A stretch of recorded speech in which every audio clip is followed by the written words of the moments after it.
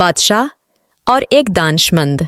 बहुत वक्त पहले एक दौर दराज सल्तनत में एक अजीम बादशाह राजा करीम खां हुकूमत करता था। उसकी सल्तनत बहुत वसीया और खुशहाल थी।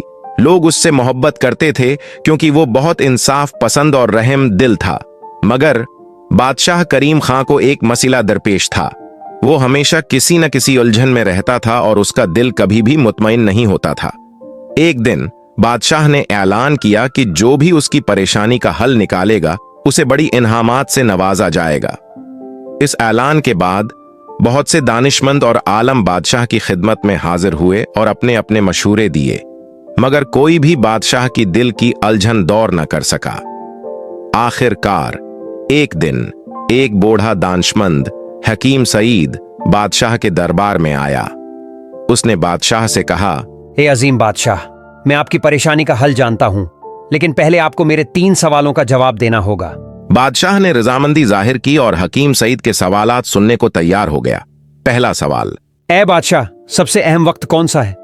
बादशाह ने सोचा और कहा, शायद वो वक्त जब कोई अहम फैसला किया जाता है। हकीम सईद ने कहा, नहीं, सबसे अहम वक्त मौजूदा लम्हा है, क्योंकि यही वक्त हमारे पास होता है और उसी में हम कुछ कर सकते हैं।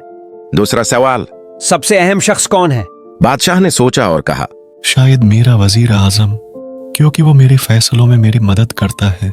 हकीम सईद ने कहा, नहीं, सबसे अहम शख्स वो है जो इस लम्हे आपके साथ है, क्योंकि वही आपकी मदद कर सकता है और आप उसकी मदद कर सकते हैं।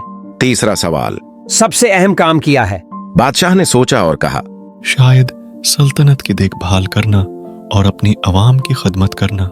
हकीम सईद ने कहा, सबसे अहम काम वो है जो आप उस लम्हे कर रहे हैं, क्योंकि यही अमल आपकी जिंदगी को मुतासिर करता है और दूसरों की जिंदगियों को बेहतर बनाता है। हकीम सईद की बातों ने बादशाह को गहराई से मुतासिर किया। उसने समझा कि उसकी परेशानियों का सबब माजी या मुस्तकबल की फिक्र में गुम होना है, जबकि उसे मौजूदा लम्हे में जीना चाहिए और इन लोगों की कदर करनी चाहिए जो उसके साथ हैं। बादशाह ने हकीम सईद का शुक्रिया अदा किया और उसे इनामात से नवाजा।